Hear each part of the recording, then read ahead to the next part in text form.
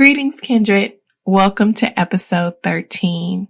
I hope that you and your loved ones are safe, well, and taking care with each moment and each day. And knowing that with each day, when it's all said and done, if we are still on this side, the beauty of time has been gifted. Even if we cannot see it or feel it or know it, most immediately that gift. And, that's for many reasons. We are all in this present life, moving in and through it, and it unfolds differently at different times. But regardless of where you may find yourself, know that there is always joy. There is always hope, and to be encouraged. Not that you're not feeling what you're feeling, going through what you're going through. Acknowledge that, feel that, work through that.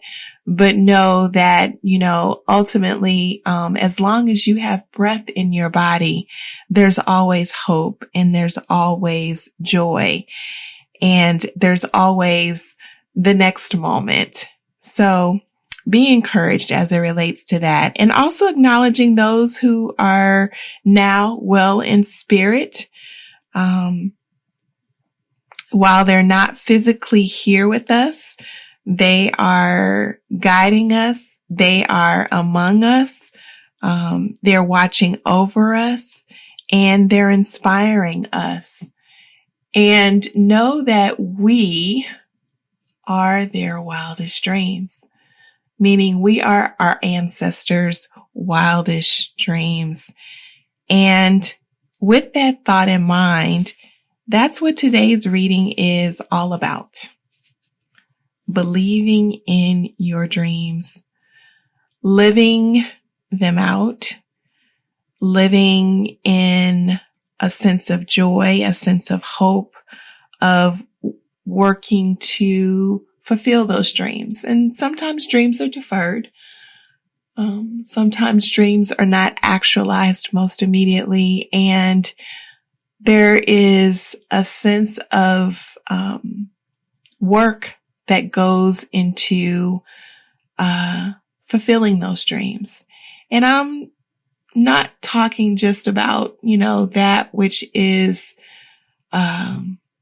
tangible in terms of maybe a house or a car, but something more, something deeper, the intangible, those dreams that inspire the soul. And so with the current global affairs and really just day-to-day living, the mundane, as I call it, the routine, it becomes easy to be drawn away from what those soul dreams are.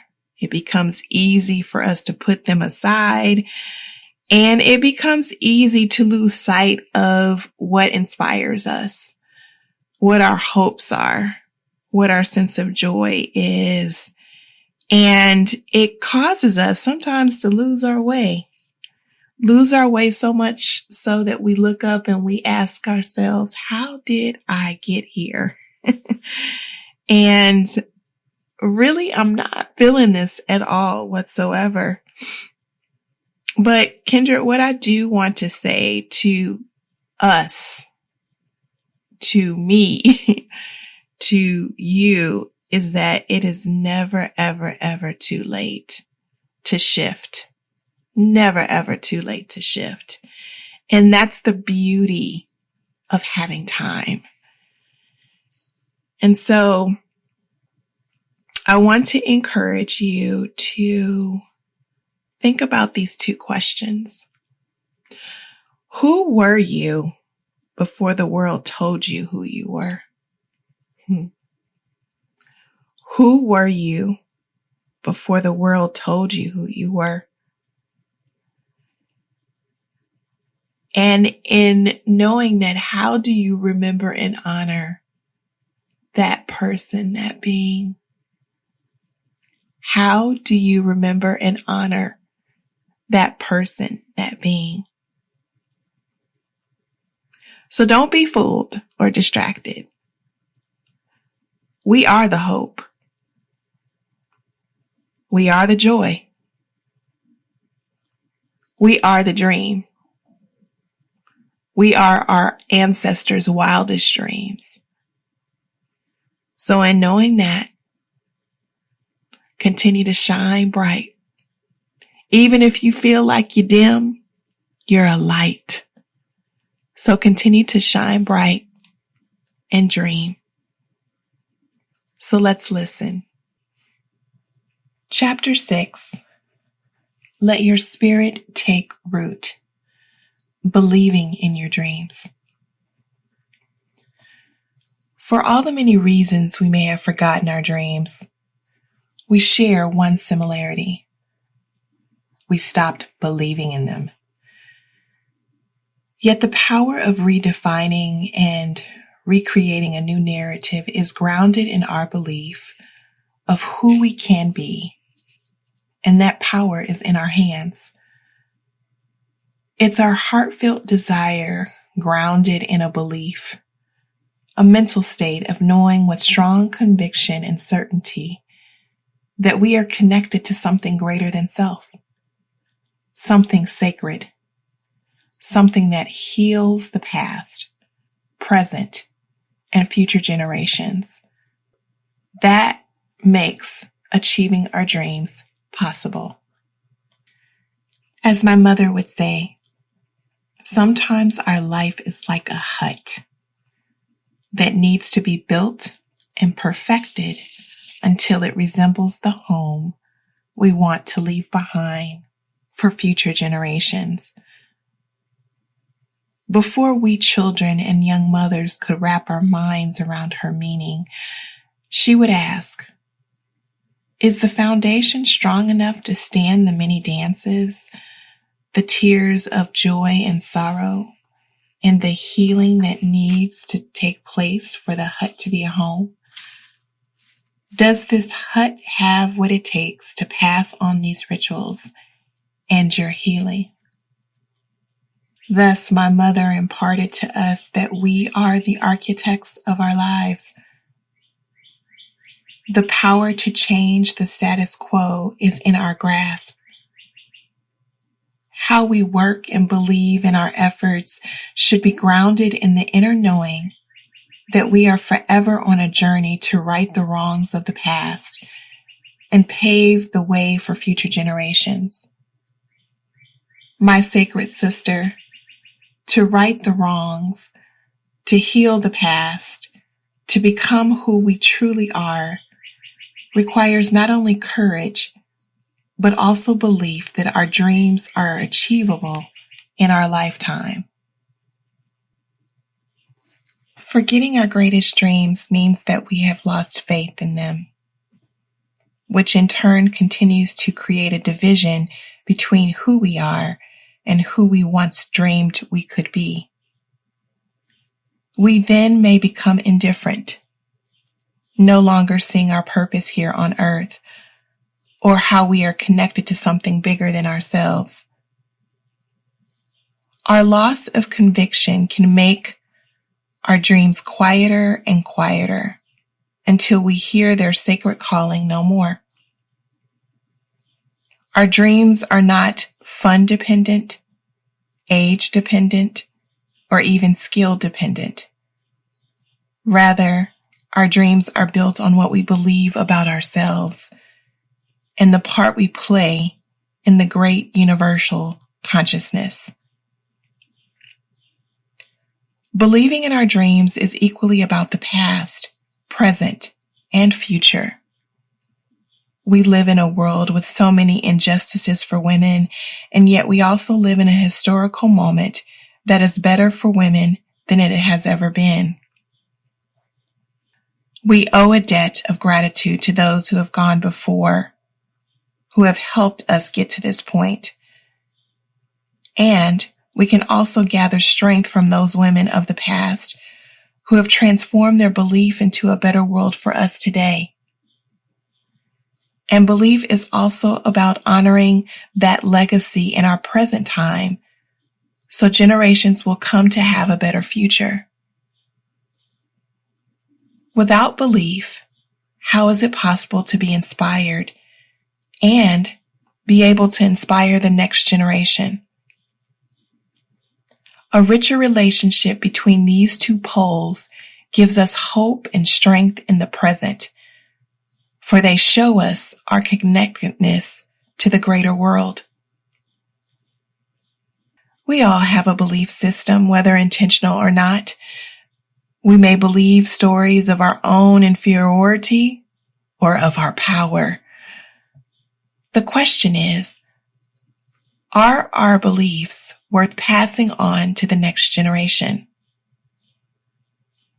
Are our beliefs a source of pride to those spirits from the past? Are our beliefs serving our souls in the present? Trusting in our dreams should make us hopeful and confident, strengthening the continuity of an unbroken thread of conviction that has been passed down to us and lays a strong foundation for future generations. In other words, belief instills confidence and a higher expectation to change the course of our lives for the better. Without that expectation, we have no hope. And without hope, we are useless to ourselves and to the next generation. My sisters, the choices we make to honor our belief in ourselves is a sacred thread that ties us to the most profound aspect of humanity, to a connected oneness that heals the wrongs of the world. We only thrive as a species through this belief. Belief strengthens one's resilience and leverages the power to improve our condition, no matter where we are born and under what circumstances. I know that belief can be a tricky subject, especially for women, because many of us associate belief with institutionalized religion, where messages of women's inferiority vibrate intensely, either leaving many women at odds with the dogma or making them internalize their own silencing, normalizing it like a belt securely tied to shape a waistline. To those who have no relationship with institutionalized faith practices, belief can seem like it only belongs to those who have religious affiliation, as if our belief must be filtered through an institution to be valid. Another reason that consistent belief in our dreams can feel so challenging is because most of us were raised in cultures that taught us to seek external validation over trusting our inner voices. We have come to accept the voices of doubt within us as the voice of reason or authority. These voices tell us that in order to be loved, we must be good, that we must be perfect before we can even begin pursuing our dreams.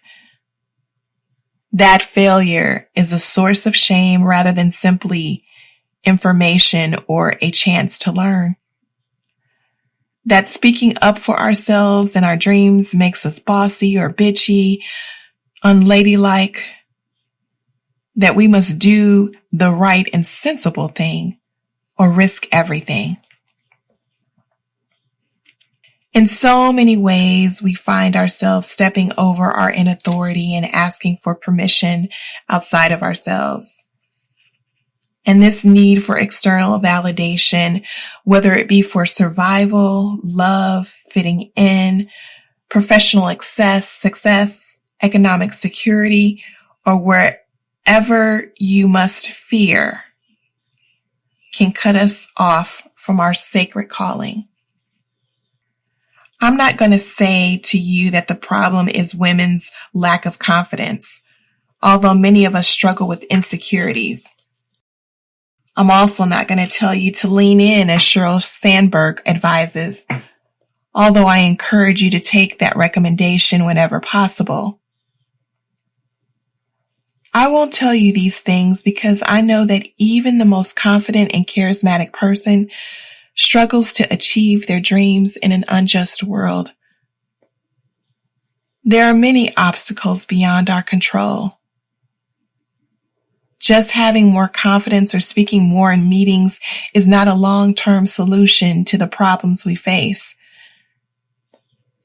Instead, I want to help you see that giving yourself permission to seek your purpose in this world is a sacred social act. This is my refrain. When you link yourself to something bigger than your individual gain, you no longer have to ask for permission, demurely waiting for someone to give you the green light. When you are tapped into a spiritual force for good, you have all the permission you need to follow that path. We must come to know and trust an empowering belief that we can achieve our dreams. And to do this, we need to be liberated from toxic beliefs about ourselves and our potential. We need to transcend any devaluing messages that media, religious customs, or social traditions may encourage. We must learn to believe from a place of unfettered freedom and strength. My dear sisters, we must reclaim and proclaim our faith in ourselves.